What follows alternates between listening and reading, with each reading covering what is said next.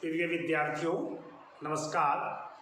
आज हम कक्षा 10वीं की हिंदी विषय की व्याकरण पुस्तक के पदबंध पाठ का अध्ययन करेंगे।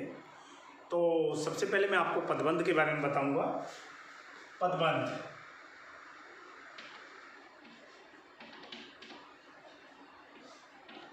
जिसको इंग्लिश में फ्रेज कहते हैं।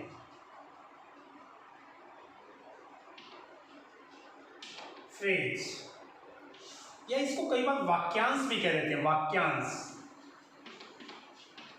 ये ध्यान रखिएगा, लेकिन मेन नाम इसका पदबंध है। इंग्लिश में इसको फ्रेज कहते हैं। पदबंध होता क्या है, सबसे पहले तो मैं आपको बताना चाहूंगा। यहां देखिए, ठीक है। जैसे हमने लिखा रामू अच्छा लड़का है, हमने ये लिखा। अब लिख रहे हैं मेरे साथ रहने वाला रामू अच्छा लड़का है।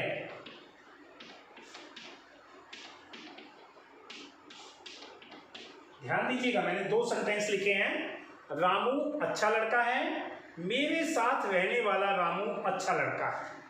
अब आप देखेंगे इसमें रामू एक संज्ञा है, लेकिन इसमें ये सारी बातें रामू के बारे में कही गई हैं। यहां तक मेरे साथ रहने वाला रामू अच्छा लड़का है, यानी क्लास में दो रामू होंगे, एक मेरे साथ रहता है, किसी दूसरे के साथ रहता होगा या नहीं रहता होगा दूसरे के साथ। तो जो मेरे साथ रह रहा है उसकी बात हो रही है। अभी ध्यान दो, इसमें रामू अच्छा लड़का है, रामू के बारे में बात की गई है। मेरे साथ रहने वाला रामू अच्छा लड़का है, तो ये सारी बातें ये मेरे साथ रहने वाला रामू के बारे में बोली गई है।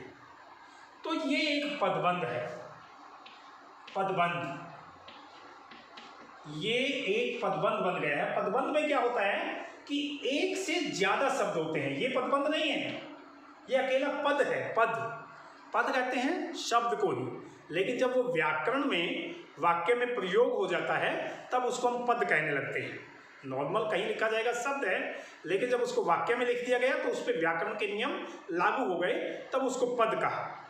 लेकिन पदबंध क्या है? पद अकेले को बोलते हैं। पदबंध जो है वो शब्दों का यानी पदों का समूह है। उसमें एक से ज्यादा पद होते हैं। जैसे इसमें 1 2 3 4 5 पद हैं, तो ये पदों का समूह होता है। और अपना क्या करता है, ये अर्थ तो देता है लेकिन कंप्लीट अर्थ नहीं देता। पदबंध के बारे में 2-3 बात मैं बताना चाहूंगा कि एक तो ये पदों का समूह होता है, यानी इसमें एक से ज्यादा पद होते हैं। दूसरा, ये एक व्याकरणिक इकाई का काम करता है। इतना जो सेंटेंस है, ये वाक्यांश बोलेंगे इसको, ये एक व्याकरणिक इकाई का मतलब ग्रामेटिकल यूनिट का काम करता है। और तीसरा, ये इस पूरे वाक्य का एक अंश है। ये पूरा एक वाक्य है, इसका एक अंश है, भाग है, यानी एक वाक्यांश है। यानी अभी ध्यान से सुनिए, पदबंध होता क्या है कि पदों का वह समूह जो एक व्याकरणिक इकाई का काम करे और जिसका अपना एक अर्थ तो होता है लेकिन संपूर्ण अर्थ ना हो। ये वाक्य जो वाक्यांश है एक अर्थ तो देता है लेकिन कंप्लीट अर्थ नहीं देता है, तो हम उसको पदबंध कहते हैं। पदबंध क्या होता है? पदों का समूह जिसमें एक से ज्यादा पद हो और जो एक व्याकरणिक इकाई का काम करे और अपना अर्थ तो दे लेकिन पूर्ण अर्थ ना दे, उसको हम पदबंध कहते हैं। फिर से मैं रिपीट कर रहा हूं कि एक पदों का ऐसा समूह जो एक व्याकरणिक इकाई का काम करे और जिसका अपना अर्थ होता है लेकिन वो संपूर्ण नहीं होता, उसे हम पदबंध या वाक्यांश, क्योंकि ये वाक्य का अंश भी होता है, वाक्यांश कहते हैं। अभी आइए हम बात करते हैं पदबंध के भेदों के बारे में।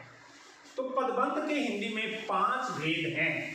इंग्लिश में इसको मैंने बताया फ्रेज भी कहते हैं, और क्योंकि ये वाक्य का एक अंश है, वाक्य का एक भाग है, इसलिए इसको वाक्यांश भी कहते हैं। तो पदबंध 5 टाइप के हैं। पहला है संज्ञा पदबंध। संज्ञा पदबंध।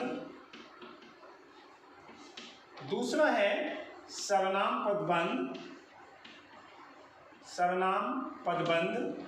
तीसरा है विशेषण पदबंध,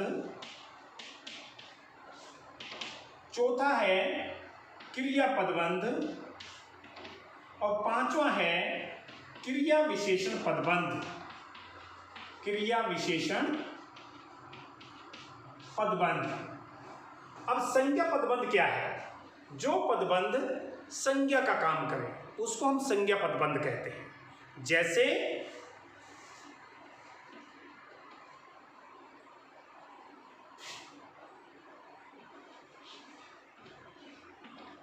पीछे खड़े या पीछे खड़ा लड़का कौन है? पीछे खड़ा लड़का कौन है? अब ये जो इतना सेंटेंस है, क्योंकि लड़का एक संज्ञा है, ठीक है, और पीछे खड़ा जो है वो इस संज्ञा के साथ जुड़े हैं, तो ये संज्ञा पदबंध है, ठीक है। दूसरा भी हो सकता है, जैसे पीले कपड़े वाली लड़की चली गई। लड़की एक संज्ञा है और ये सारी उसी लड़की की विशेषता बता रही है, पीले कपड़े वाले, ठीक है। तो ये सारा यहां तक जो है ये संज्ञा पदबंध है, यानी संज्ञा और उसकी विशेषता बताने वाले जितने शब्द आए वो सारे संज्ञा पदबंध है। लड़का ये भी एक संज्ञा है और उसकी विशेषता बताने वाले जितने शब्द आए वो सब संज्ञा पदबंध कहलाएंगे। इसको हम संज्ञा पदबंध बोलेंगे। संज्ञा के साथ जुड़े हुए उसकी विशेषता बताने वाले या उसकी पहचान बताने वाले सारे शब्द, वो होगा संज्ञा पदबंध। चलिए सेकंड चलते हैं हम सर्वनाम पदबंध के बारे में। तो इसमें भी सेम है कि जो पदबंध या पदों का जो समूह सर्वनाम का बोध कराए उसको हम सर्वनाम पदबंध कहते हैं। जैसे मेरे बारे में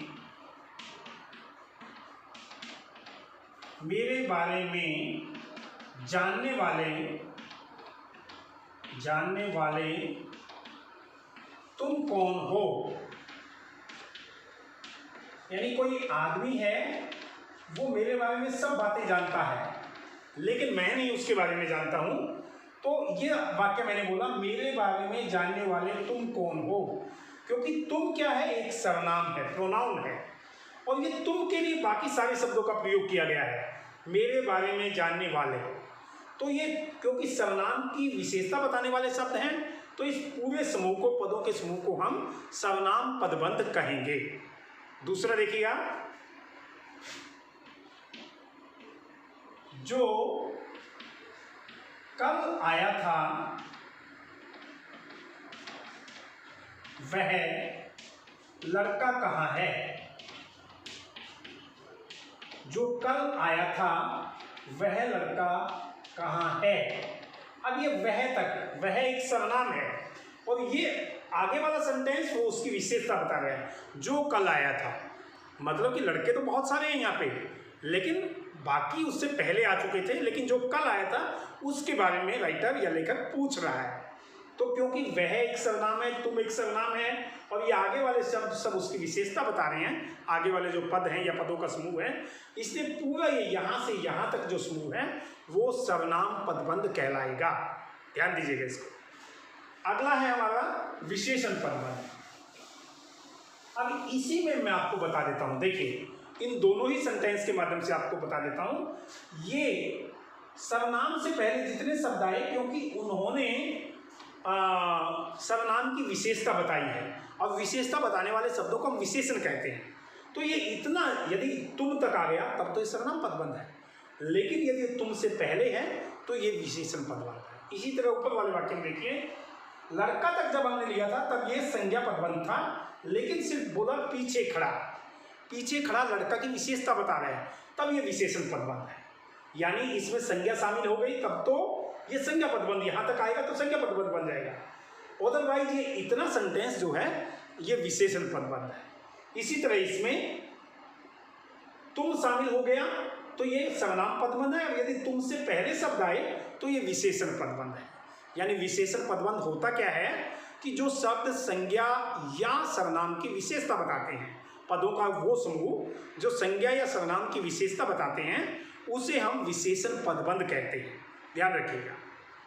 अगला है क्रिया पदबंध। क्रिया पदबंध क्या है? यानी पदों का वो समूह जो क्रिया का बोध कराए, काम का बोध कराए, उसको हम क्रिया पदबंध कहते हैं।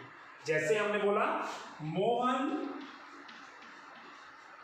चला जा रहा है, चला जा रहा है, तो ये सारे शब्द ये क्रिया और उससे संबंधित शब्द हैं, क्रिया और उसकी विशेषता बताने वाले शब्द हैं, या तो क्रिया है या सहायक क्रिया है या कोई और हैं। तो इन सब शब्दों के समूह को हम क्या बोलेंगे? क्रिया पदबंध बोलेंगे, क्योंकि जो शब्दों का समूह क्रिया या उसकी विशेषता बताए उन पदों के समूह को हम क्रिया पदबंध कहते हैं। जैसे गीता खेलने जा रही है, खेलने जा रही है, तो ये जो शब्द हैं खेलने जा रही है ये क्रिया पदबंध है, ठीक है, जो क्रिया उससे संबंधित चीजों को बताए। अंतिम है हमारा क्रिया विशेषण पदबंध। जैसे कि आप जानते हैं कि क्रिया विशेषण जो होते हैं वो क्रिया की विशेषता बताते हैं, लेकिन एक शब्द होगा तब वो क्रिया विशेषण है।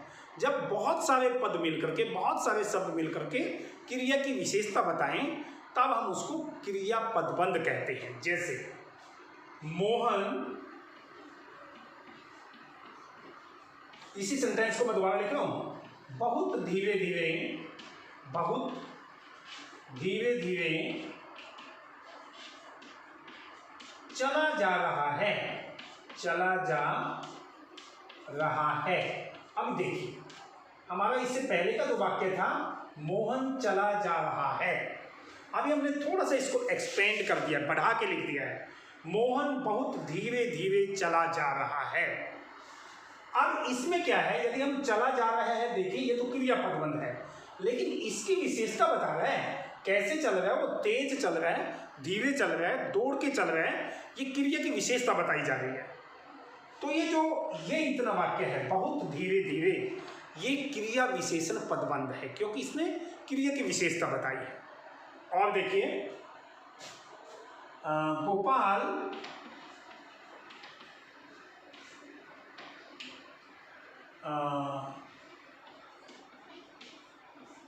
मस्ती मस्ती में चलता रहा, खूब मस्ती में चलता रहा, तो चलता रहा तो क्रिया पदबंध है, लेकिन ये मस्ती मस्ती में चलता रहा ये क्रिया विशेषण पदबंध है, इसमें क्रिया की विशेषता बताई गई है। तो ये पूरा हमारा पाठ था पदबंध का। मैं फिर से एक बार सिंपल तरीके से इसको रिपीट कर देता हूँ। पदबंध होता क्या है? पदों का समूह होता है जिसमें एक से ज़्यादा पद होते हैं, एक व्याकरणिक इकाई का काम करता है और इसका अपना अर्थ तो होता है लेकिन पूर्ण अर्थ नहीं होता। अब मैं इसकी परिभाषा आपको बता रहा हूँ। पदों का ऐसा समूह या एक से अधिक पदों का ऐसा समूह जो एक व्याकरणिक इकाई का काम करता है और अपना अर्थ देता है लेकिन पूर्ण अर्थ नहीं देता, उसको हम पदबंध कहते हैं। पदबंध के 5 भेद होते हैं। पहला भेद है संज्ञा पदबंध। पदों का वह समूह जो संज्ञा का बोध कराए उसे संज्ञा पदबंध कहते हैं। सर्वनाम पदबंध, पदों का वह समूह जो किसी सर्वनाम का बोध कराए उसे सर्वनाम पदबंध कहते हैं। विशेषण पदबंध, पदों का वह समूह जो संज्ञा या सर्वनाम की विशेषता बताए उसे विशेषण पदबंध कहते हैं। अगला है क्रिया पदबंध, पदों का वह समूह जो किसी क्रिया का बोध कराए उसे हम क्रिया पदबंध कहते हैं। और लास्ट है, इसमें अंतिम है क्रिया विशेषण पदबंध, यानी पदों का वह समूह जो क्रिया की विशेषता को बताता है उसे क्रिया विशेषण पदबंध कहते हैं। तो ये पूरा पाठ था। आशा है ये वीडियो आपको पसंद आएगा। धन्यवाद।